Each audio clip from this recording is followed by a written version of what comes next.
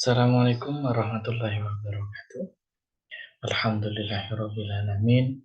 Wa bihi nasta'inu ala umuri dunya waddin. Wassalatu wassalamu ala asrofil anbiya'i wal mursalin.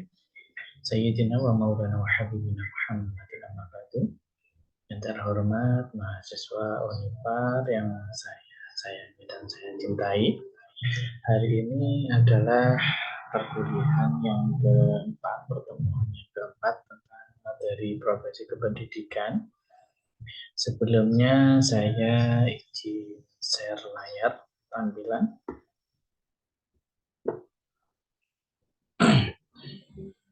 Oke,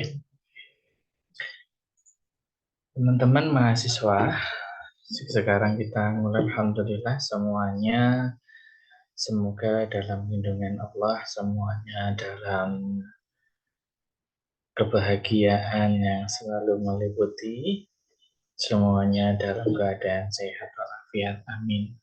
Oke, untuk selanjutnya bahwasanya di dalam profesi keguruan atau kependidikan itu ada beberapa kompetensi yang dalam artian harus kita perhatikan, gitu ya. Yang pertama adalah kompetensi pedagogik, yang kedua adalah kompetensi profesional, yang ketiga adalah kompetensi personal, dan yang keempat, yang gede itu adalah kompetensi sosial. Hal ini harus ada di dalam seseorang yang mana sudah dalam artian memberikan panggilan jiwa atau mewajibkan dirinya atau menjadikan sebuah guru atau kependidikan itu sebagai profesi kegiatannya setiap hari-hari atau pekerjaan dalam hidupnya. Maksud dari keempat potensi ini adalah yang pertama itu adalah kompetensi pedagogik, gitu ya, yang mana kesemuanya itu harus ada dalam artian ada di dalam standar kompetensi inti guru. Kompetensi pedagogik itu apa sih? Dalam artian yang pertama adalah menguasai karakteristik peserta didik dari aspek fisik, moral, sosial, kultural, emosional, dan intelektual. Dalam hal ini, panjenengan atau kita sebagai pendidikan atau guru itu mempunyai karakteristik, gitu ya, menguasai karakteristik peserta didik dalam artian panjenengan paham keadaan apa dalam sudut pandang kependidikan, misalkan fisik peserta didiknya, gitu ya. Dalam artian juga paham tentang moralnya, sosial, kultural, emosional, dan intelektual. Hal ini mempunyai arti bahwa panjenengan dalam tingkat pendidikan itu harus paham ke semua dari anak didik Anda. Itu ya, dalam artian misalkan anak ini fisiknya seharusnya seperti apa, gitu kan. Kemudian moralnya kepada dia seperti apa, sosialnya seharusnya seperti apa, dilanjutkan emosional dan intelektualnya. Dan yang kedua adalah menguasai teori belajar dan prinsip pembelajaran yang mendidik. Dalam artian bahwasanya Anda menjadi seorang guru, paham betul prinsip-prinsip pembelajaran itu seperti apa, gitu ya. Metode yang digunakan seperti apa, media yang digunakan apa, itu harus paham. Yang mana itu disesuaikan dengan apa? Fisik anak didik, moral anak didik, dan sosial, dan lain sebagainya. Tidak serta-merta guru itu menggunakan sebuah strategi atau metode belajar yang acak, tidak, tapi disesuaikan dengan tema yang ada, kondisi yang ada, dan keadaan yang saat itu. Tidak serta-merta, misalkan contoh gini nih, kita mengajar SLTA, kita mengajar jam 12 siang, gitu ya. Kita ajarkan materi matematika sebagai contoh. Gitu ya. Itu ya enggak bisa, dalam artian tidak bisa maksimal anak didik kita menerima pembelajaran dari kita. Jadi disesuaikan. Oke. Yang ketiga, mengembangkan kurikulum yang terkait dengan bidang pengembangan yang diampu. Sebagai contoh, Anda ini menjadi seorang guru PAUD, maka harus dalam artian apa? Bisa mengembangkan sebuah kurikulum yang ada kaitan sesuai dengan bidang Anda. Contoh, misalkan di situ tentang pengembangan motorik halus, kita bisa mengembangkan misalkan media yang digunakan, hari yang digunakan, strategi yang digunakan. Dan contoh lagi nih sebagai contoh motorik halusnya, anak seharusnya melakukan apa dan guru melakukan apa. Panjenengan harus mampu tentang itu, gitu ya. Karena sesuai dengan apa materi ataupun pembelajaran yang panjenengan ampu atau panjenengan ajar. Yang keempat adalah penyelenggaraan pembelajaran yang mendidik. Jelas, gitu ya. Seorang guru atau pendidik harus menyelenggarakan pembelajaran yang mendidik. Dalam artian bahwasanya panjenengan jangan sampai kegiatannya di situ hanya ada senda gurau. Kalaupun dalam pembelajaran itu ada gurauan, tanda kutip hanya untuk sebagai ice breaking, pemberi semangat atau gitu ya, supaya tidak jenuh, silahkan. Tapi konteksnya dalam keseluruhan penyelenggaraan pembelajarannya yang mendidik. Dalam artian anak sebelumnya belum paham menjadi paham, anak sebelumnya belum pintar menjadi pintar. Yang kelima adalah memanfaatkan teknologi informasi dan komunikasi untuk kepentingan pembelajaran yang mendidik. Ini kita sudah jalani ya, meskipun beberapa tahun yang lain karena aspek paksaan gitu ya. Aspek paksaan apa sih Pak? Aspek paksaan karena adanya coronavirus gitu ya.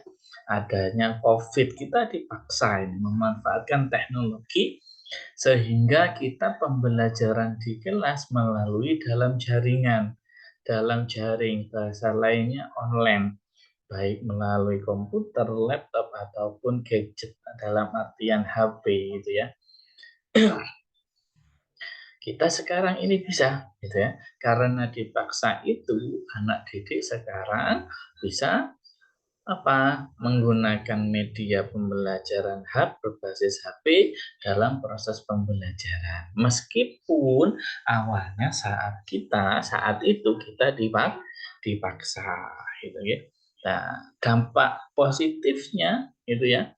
Dampak positifnya kita menjadi seorang guru yang mana sebenarnya kita itu tempatnya di pinggiran kota gitu ya, di Jember bagian selatan yang mana terkadang sinyal itu sulit, terkadang juga listrik gampang padam.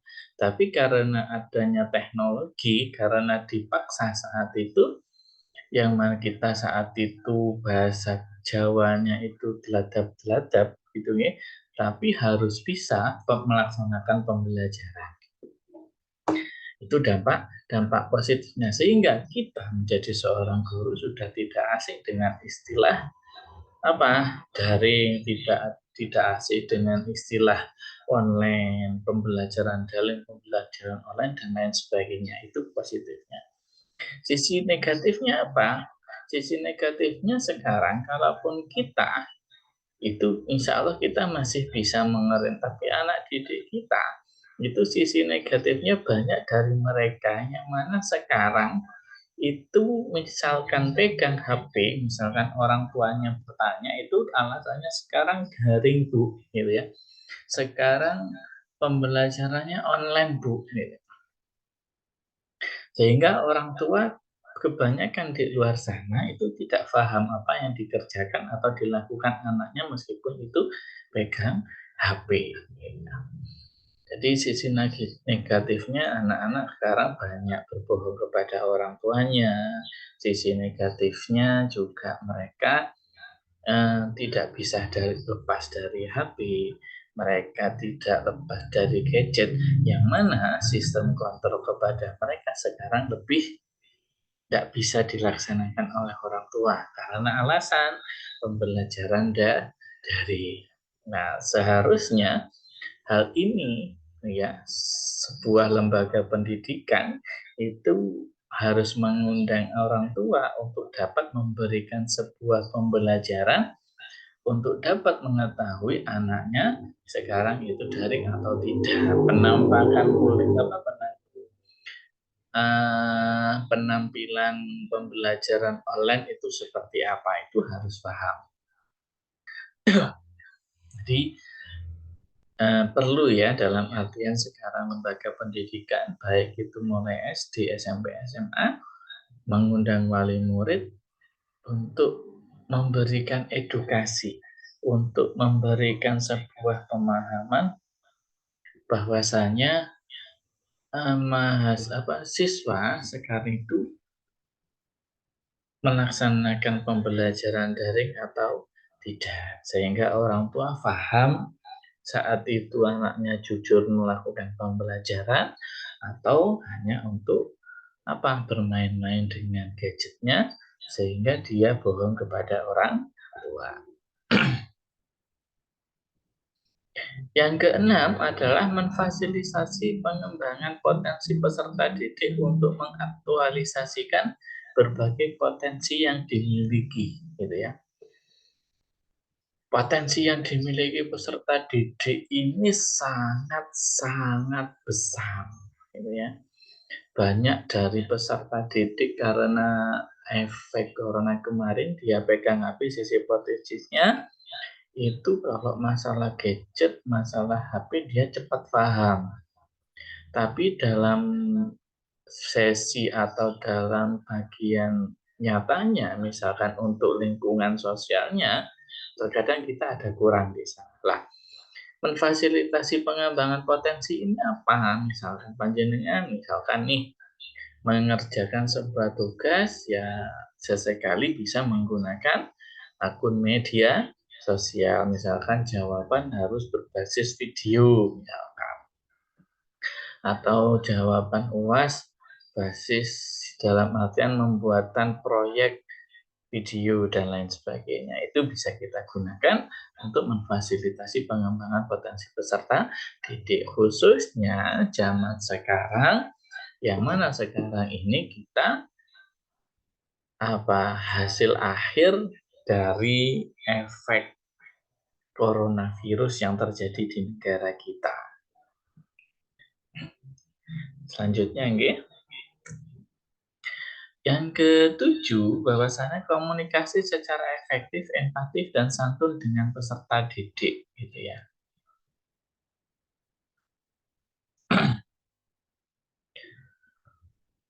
Kita harus punya cara komunikasi secara efektif. Anak didik sekarang kita itu misalkan kalau masih PAUD mereka hampir rata-rata, tapi kalau sudah SMP, SMA kan ibaratkan mereka sekarang ini adalah generasi Z ke alpha gitu ya. Z ke alpha yang mana mereka ini tanpa mereka sadari efek dari apa yang orang tua lakukan. Sehingga anak didik kita sekarang ini lebih bahasa, lebih manja, lebih tidak bisa bertarung gitu ya. Dalam artian bertarung itu gampang menyerah, gampang putus asa gitu ya. Karena apa?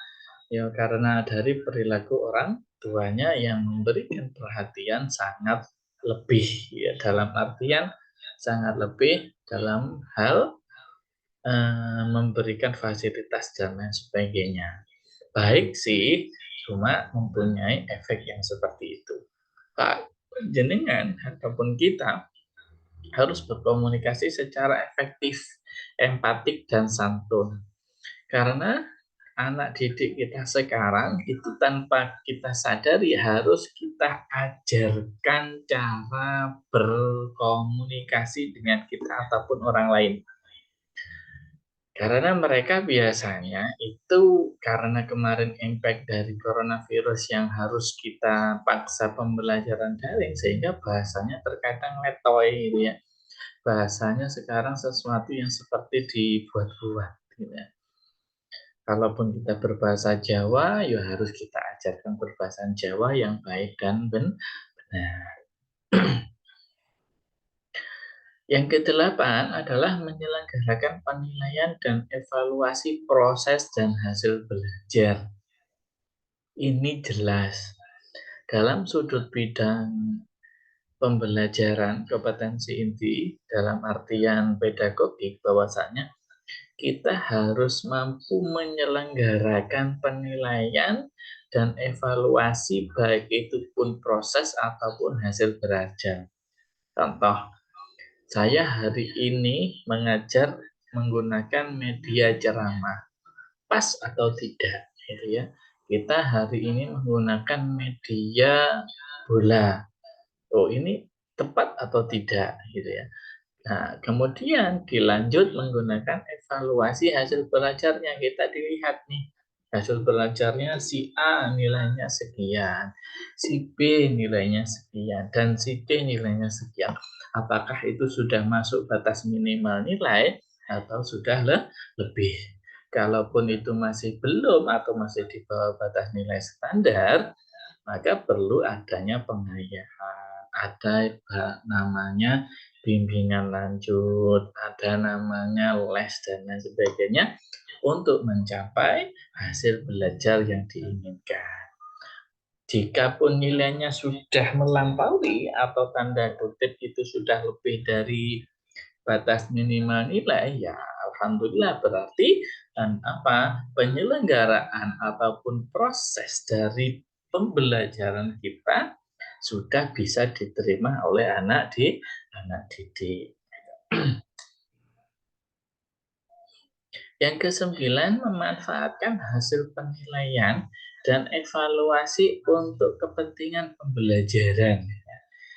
Ini kebanyakan sekolah-sekolah di pinggiran seperti lembaga kita, gitu ya, di sebelah selatan, sebelah laut ataupun pinggiran kota, yang mana di tingkat SD, SMP ataupun SMA ya, ya harapannya mereka berbasis evaluasi hasil belajar real, tapi kan kebanyakan dari mereka-mereka di luar sana itu menilainya istilah ngaji gitu ya, ngarang biji, yang mana hasil penilaiannya tidak bisa dimanfaatkan untuk kepentingan pembelajaran. Karena apa? Karena nilainya ngaji, gitu ya. Lah, nilai yang bisa dimanfaatkan untuk Untuk kepentingan pembelajaran adalah nilai real, gitu ya. Karena sehingga kita menjadi seorang guru itu bisa tahu apa yang menjadi kekurangan kita dalam pembelajaran, apakah kita salah menggunakan media, apakah kita salah menggunakan metode, strateginya salah ataupun tidak. Kalau nilainya real, kita bisa evaluasi diri, gitu ya.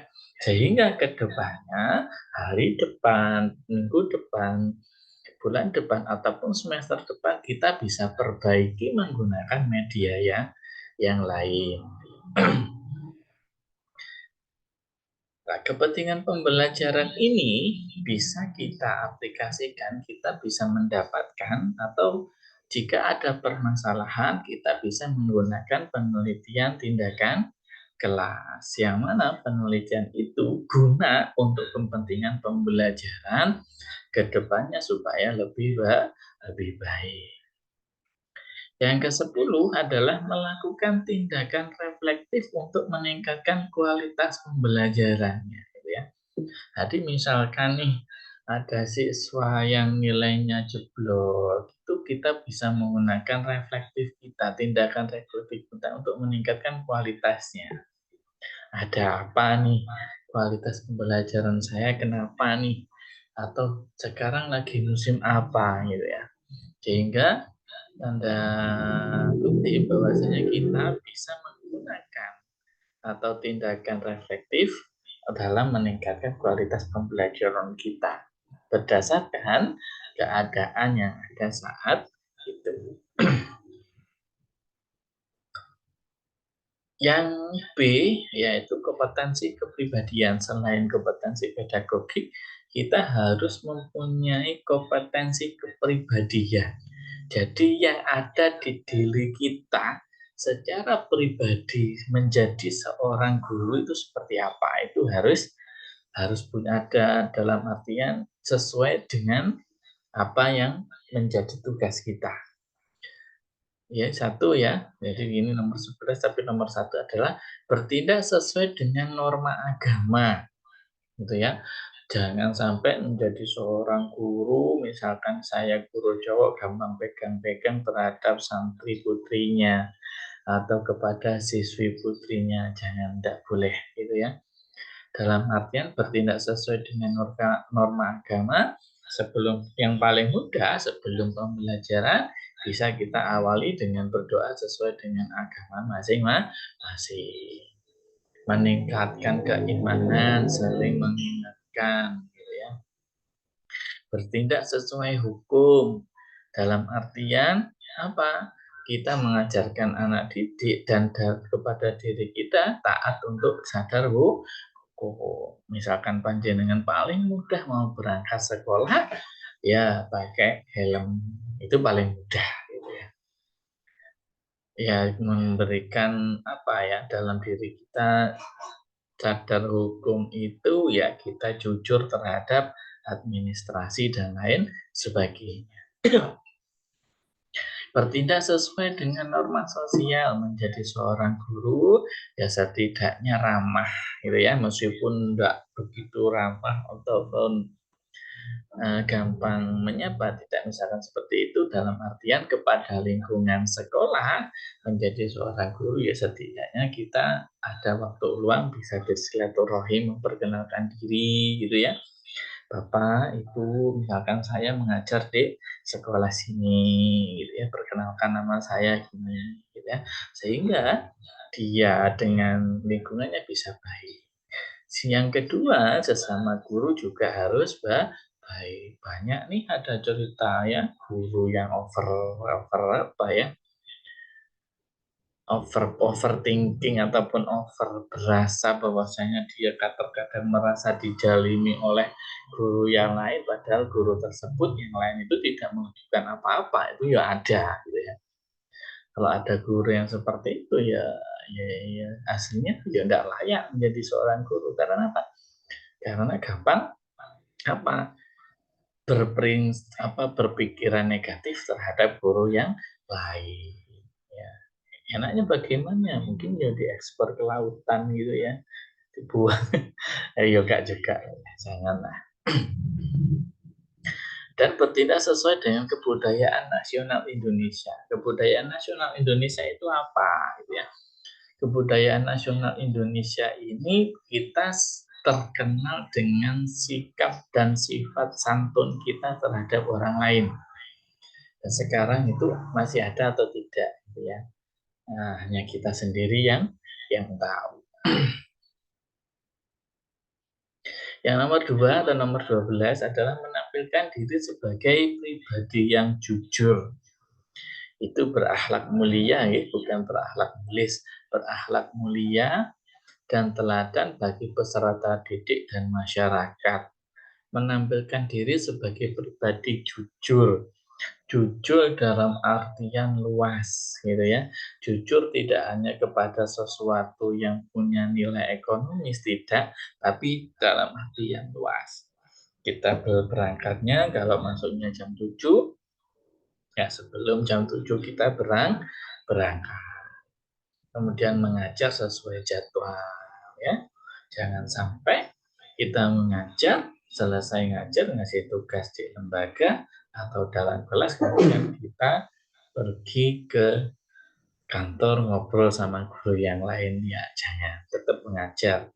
Baru kita nanti ngobrol atau dalam artian bersosialita dengan guru yang lain di kelas itu jika sudah istirahat.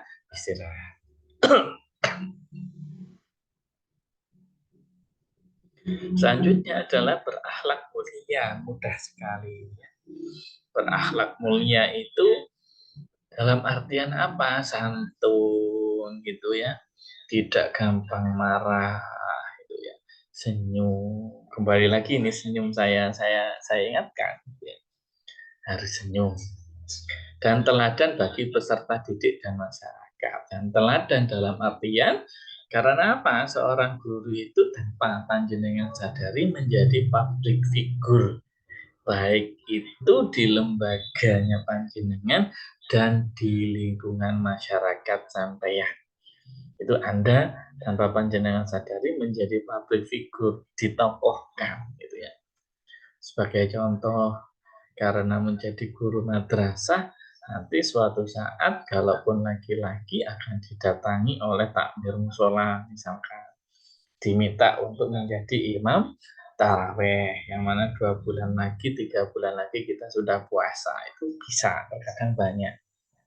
Karena menjadi seorang guru, terkadang kalaupun di lingkungan kita itu mengadakan atau mengapa ya terdapat kegiatan pengajian bisa menjadi imam, kadang seperti itu.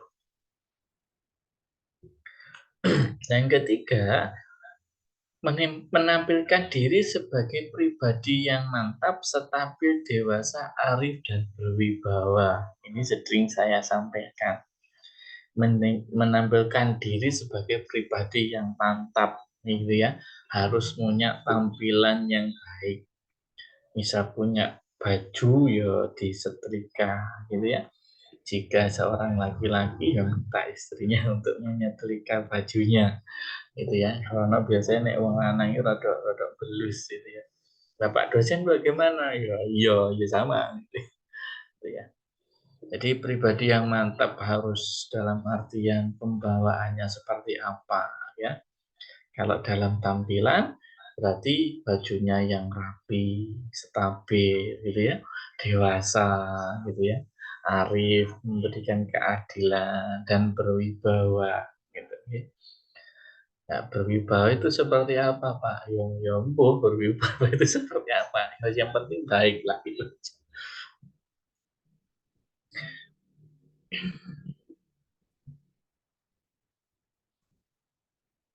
Menunjukkan etos kerja, tanggung jawab yang tinggi, rasa bangga menjadi guru dan rasa percaya diri gitu ya. Etos kerja tinggi, semangat, pagi sudah rapi, pakai sepatu, cus berangkat kerja, mengajar. Tanggung jawabnya dalam artian saat kita ngajar ya kita selesaikan di lembaga sampai selesai baru kita pulang. Ya, jangan moro dalam artian belum waktunya pulang, cus pulang. Enggak boleh gitu ya. Rasa bangga menjadi guru, bangga ini loh saya guru. Ini loh saya menjadi pahlawan tanpa tanda jasa. Ini loh saya yang punya apa ya, seragam gitu ya, seragam Ceki dan Rio itu guyonan ya.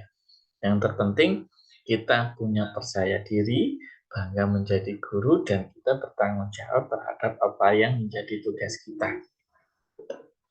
Yang ke-15 ataupun yang kelima, menjunjung tinggi kode etik profesi. Ini harus gitu ya. Kode etik profesi nanti akan dibahas di belakang gitu ya. Eh, dalam artian menjunjung tinggi, yo jangan sampai panjenengan menjadi seorang guru melanggar gitu ya. Yo jangan. Dalam artian kode etik itu menjadi batasan kita, tanda kutip menjadi rel kita menjadi guru yang baik.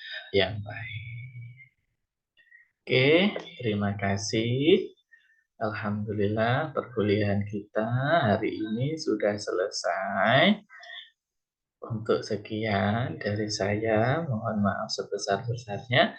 Assalamualaikum warahmatullahi wabarakatuh.